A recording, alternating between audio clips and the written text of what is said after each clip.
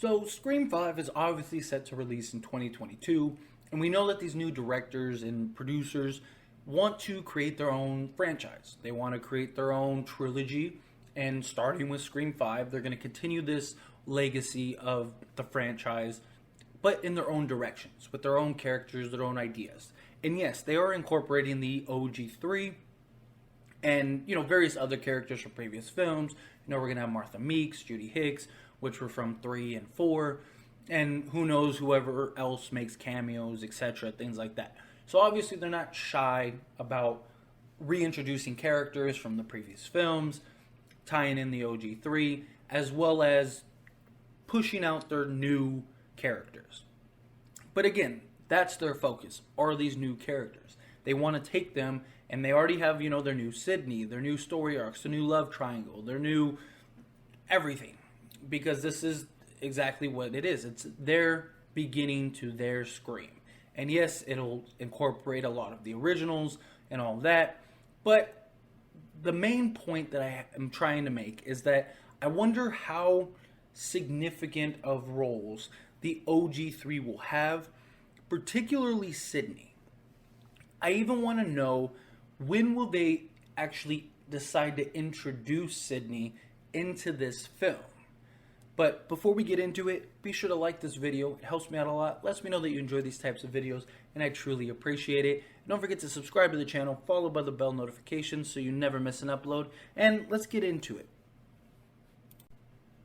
So what I mean by incorporating Sidney and when to introduce her into the Scream 5 film, I mean, she is obviously not going to be the main primary focus. We already know, based on what we have for the plot synopsis, that she is not. That their focus are the sisters and Return to Town and Woodsboro killings and all this craziness. So Sidney is going to obviously be a part of the film. Problem is, she is only filmed 20 days on set, which is the fewest since Scream 3. And in Scream 3, which was a film about her, and in the trilogy of the original, she was in such a small percentage of that film. And that's because of various obligations, things like that. If you want all the full details on why she was so limited in Scream 3, I have a whole video on it. I'll link it down in the description below so you can check it out after this video. But last time she filmed so little, she was in 1/3 of the film at most, maybe not even that much. And of course, there's all the rumors and speculations that Sidney dies. So if she did die, it'd most likely be towards the end. So my question is, obviously you're going to introduce the new characters. You're going to introduce the ones that you're trying to build the focus on. So they're going to be the primary focus. So I would assume we might not get to see Sidney till about the 15 to 20 minute mark at best. And who knows how long that'll be. It could just be her, hiding wherever she's hiding, or maybe going to the store, or just something brief.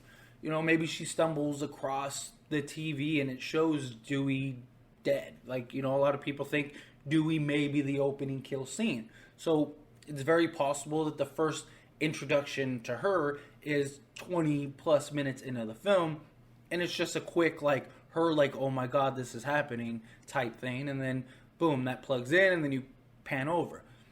What I'm saying is that I wonder if she will be in a large chunk, because 20 days of filming was less than half of the total film shoot.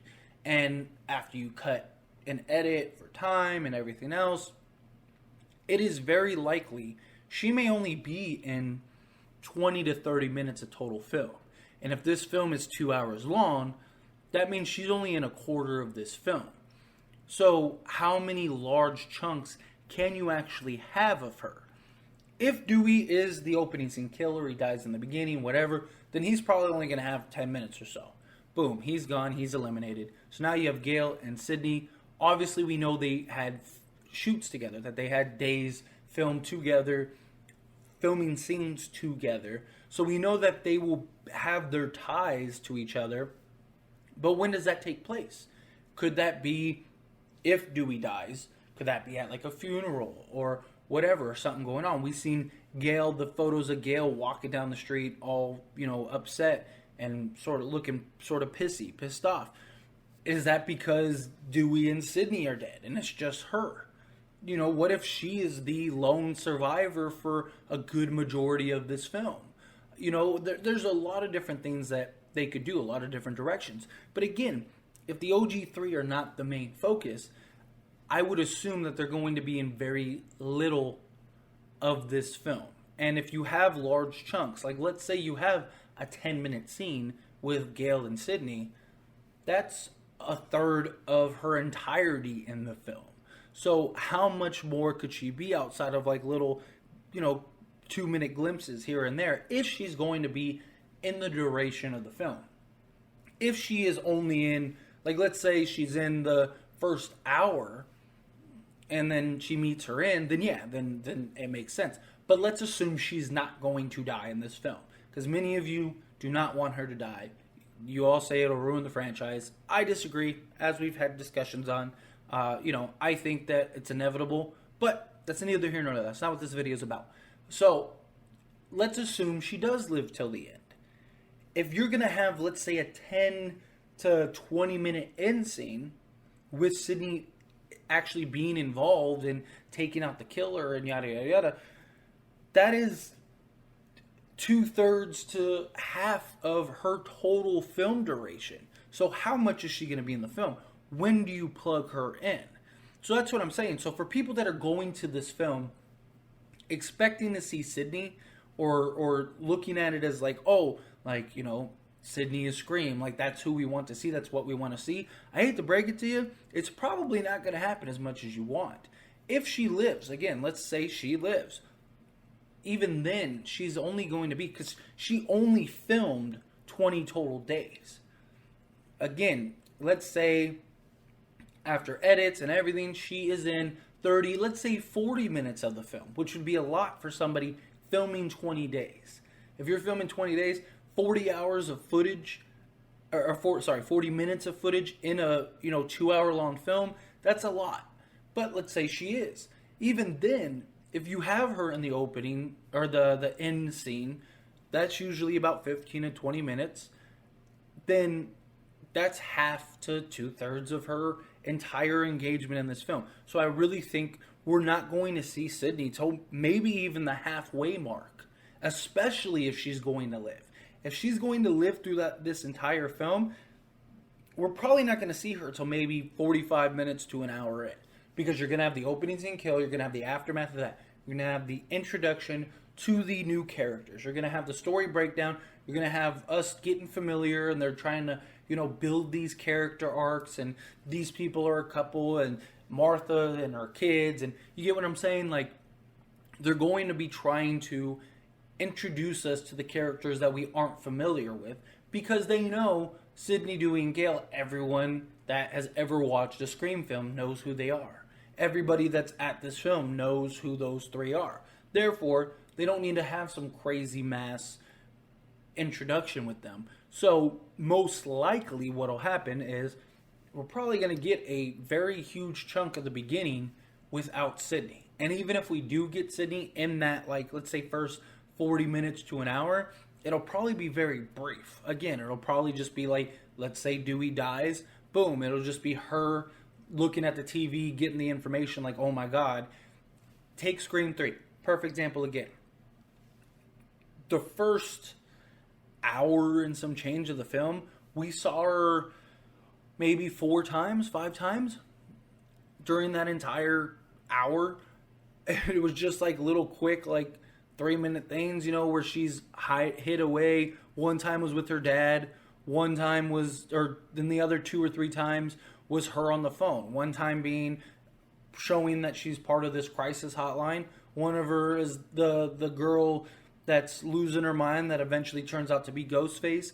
And then that epic showdown with Ghostface. And then the dream. So 5 times. So you saw her 5 times in the first hour and some change of that film. And each of those was like 10 minutes total. And then you saw her for the 15 to 20 minute end scene. And then, another like 5-10 minutes for when she met Kincaid and all that stuff. So I see something very similar to that, but on a much lesser scale. Again, especially assuming she lives the entire film. If we see her, and I'm telling you, if we go and see this film and she has like 20 of the first hour, 20 minutes in the first hour or something like that, she's probably going to die. Because how do you fit her in another 20, 30 minutes for the rest of this film? Unless something happens and they explain, and then she just has another hour lapse in the film, and then at the end scene, then you have like the 20-minute end scene, and there she is. But realistically, if we get 15 to 20 minutes of her in the beginning, and however many chunks, whether it's broken down or all at once, I'm telling you, that's probably a good sign that this is it for her. But that's neither here nor there. As always, this is a discussion, and I want to hear from you. Do you agree with me? Do you disagree with me? When do you think they will introduce? Do you think that they'll introduce Sidney, 20 minutes, 30 minutes, an hour in? Do you understand the points that I'm making? Because I'm going off of the evidence from Scream 3, which is a huge sample size of what we know for Scream 5. Their shoot time was exactly the same. Sidney's was pretty much exactly the same. Like that, those two films mirror as far as Nev's filming and movie time and stuff like that. So Scream 3 is a very good indication of roughly how long Sidney will be in this film. And again, that was a film that was primarily focused on Sidney, and they just kind of pieced her in. The film clearly wasn't. The film was more focused on everybody else, but she was the main girl. She was the person, the Scream in that first trilogy. So the fact that she had so little time there, which of course was, again, videos linked down in the description, was because of filming and stuff like that. So if you want all that information, go check out that video. But yeah, this film, there's nothing like that.